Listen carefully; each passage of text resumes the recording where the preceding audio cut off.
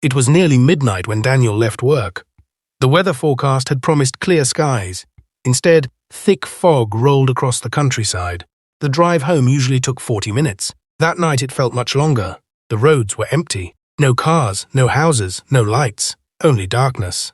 Daniel turned on the radio. Nothing but static. He adjusted the dial several times, still static. Then he noticed something ahead, a figure, standing beside the road. At first he thought it was a road sign. Then the figure moved. A woman. She stood perfectly still. Her white dress looked dirty and soaked. Her dark hair covered most of her face. Daniel slowed down. The woman raised one hand, asking for a ride. Every instinct told him to keep driving, but the nearest town was miles away. Leaving her there felt wrong. He stopped. The passenger door opened. The woman climbed inside, without saying a word. The moment she entered the car, Daniel felt the temperature drop. Cold air filled the vehicle. He glanced toward her. She stared straight ahead, motionless. "Are you okay?" he asked. No answer. Several seconds passed. Finally, she spoke. "I need to go home." Her voice sounded distant, almost hollow. Daniel nodded. "Where do you live?" She gave him an address. An old property near Hollow Creek. The rest of the drive was silent. The woman never looked at him, never moved, never blinked. At one point, Daniel checked the rearview mirror. For a split second, he thought the seat was empty. He turned quickly. She was still there, looking forward, exactly as before. A few minutes later, they reached the address. The house appeared abandoned. Paint peeled from the walls. Broken windows reflected the moonlight. No lights were visible. Daniel frowned. "You live here?" The woman slowly nodded. Then she opened the door, stepped outside, and disappeared into the darkness. Daniel waited. No lights came on, no movement, nothing. Eventually he drove away. The next morning he told a co-worker about the strange encounter. The co-worker became silent, very silent. Then he asked one question. What was she wearing? Daniel described the white dress. The co-worker's face turned pale. Years earlier, a young woman named Emily Carter had disappeared near Hollow Creek Road. The last time anyone saw her alive, she wore a white dress. Daniel laughed nervously. The coincidence seemed impossible, until he saw the photograph. The woman from the road, the same face, the same eyes, the same hair. Emily Carter, missing for 17 years. Daniel couldn't stop thinking about it. A week later, he returned to the abandoned house. He expected answers. Instead, he found something worse. Inside one room stood dozens of photographs. Most were damaged, but one remained untouched. Emily Carter, standing beside Hollow Creek Road, exactly where Daniel had found her. Written on the back was a single date, the date she vanished. Then Daniel noticed something else. Fresh footprints, leading upstairs. He followed them. The second floor was empty, except for one room. The door slowly creaked open. Inside sat a wooden chair. Nothing else. No furniture, no decorations. Only the chair and a recent photograph. A photograph of Daniel, driving on Hollow Creek Road, taken before he ever met the woman. Daniel left immediately. He never returned, but local residents still report seeing a woman standing beside the road, waiting, as if she is searching for something she never found, or someone she never escaped. When Sarah moved into apartment 14B, she believed she had found the perfect place. The rent was affordable, the location was convenient, the building was old, but charming. For the first few weeks, everything seemed normal. Then the whispers started. Every night around 2:14 a.m. Always the same time. Always the same voice. At first, she thought it came from a neighboring apartment. A faint whisper through the walls. Impossible to understand. Night after night, it continued, growing louder, growing clearer. One evening, she placed her ear against the wall. The voice stopped, immediately, as if it knew she was listening. The next night, the whisper returned. This time, she understood a few words. Her name, her full name. Sarah froze. Nobody in the building knew her well enough to play a joke, yet the voice clearly knew who she was. Days later, the whisper became a sentence. Do not open the hidden door. Sarah sat upright in bed. Her heart pounded. There was no hidden door, at least none she knew about. The next morning, she contacted building management. The manager looked uncomfortable, very uncomfortable. When Sarah mentioned apartment 14B, his expression changed completely, he admitted. Another tenant had vanished years earlier, a man named Robert Hayes. No explanation, no evidence, no body. He simply disappeared.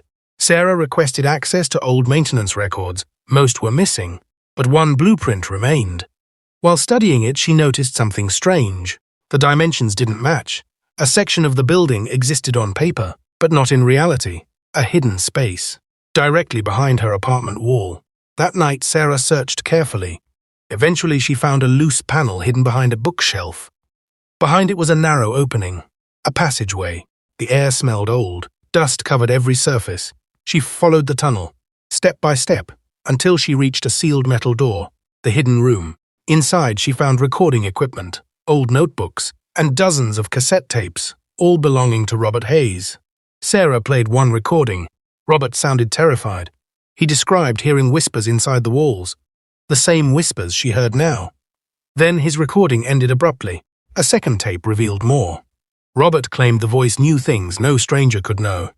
Private memories, personal fears, secrets. Then came the final recording. The date matched the day he disappeared. Robert's voice trembled. He said someone was standing inside the hidden room, watching him. But when he turned around, nobody was there. Then another voice appeared on the tape. Not Robert's, a whisper, cold, calm, and impossibly clear. "Stay!" Robert screamed. The recording ended. Sarah immediately stopped the tape. The room fell silent. Then she heard it. A whisper behind her. The same voice. The exact same voice. "Stay." She ran, leaving everything behind. She moved out the next day. Months later, another tenant rented apartment 14B. The building remains occupied. The hidden room was supposedly sealed. Yet residents still report hearing whispers at exactly 2:14 a.m., and nobody can explain why. Blackwater Lake appears peaceful during daylight. Families visit every summer. Boats cross the water. Children swim near the shore. But after sunset, everything changes. Locals avoid the lake, especially during fog, because that's when people see the figure. The first report came from a fisherman. He claimed a person stood in the middle of the lake, not on a boat, not on a dock, standing directly on the water. Authorities dismissed the story. Then more reports appeared. Dozens. Different witnesses. Different years. Identical description. A tall, dark figure. Motionless. Watching. One witness photographed it. The image spread online. Experts declared it inconclusive, but nobody explained the shape or why it appeared in multiple photographs. A local journalist decided to investigate. Her name was Rebecca Collins. She spent months interviewing witnesses. Patterns emerged. Every sighting occurred near the deepest section of the lake, a location known as the Hollow. Rebecca discovered an old newspaper article. Decades earlier, a passenger bus had plunged into Blackwater Lake.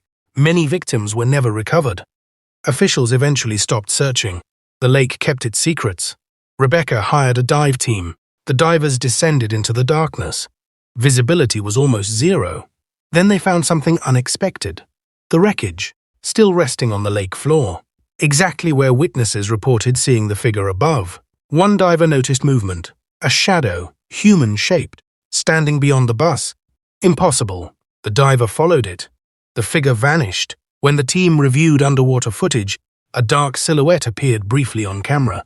No explanation, no reflection, no equipment malfunction, just a shape, watching. Days later, Rebecca returned alone. She wanted one final story, one final answer. Fog covered the lake. Silence surrounded everything. Then she saw it. The figure, standing above the water, motionless, exactly as described. Rebecca raised her camera. The figure slowly lifted one arm, pointing toward the center of the lake. Then the fog thickened, and it disappeared. Rebecca never discovered what she witnessed. Some believe it is connected to the bus tragedy. Others believe something far older exists beneath Blackwater Lake, something hidden, something waiting. Even today, witnesses continue reporting sightings. The figure never approaches, never speaks, never moves closer. It simply watches, as if guarding a secret buried beneath the water. A secret nobody was meant to uncover. And perhaps that is the most terrifying part. Not what people have seen, but what may still be waiting below. 3 encounters, 3 mysteries, 3 stories without answers. And somewhere tonight, someone may be experiencing the next one.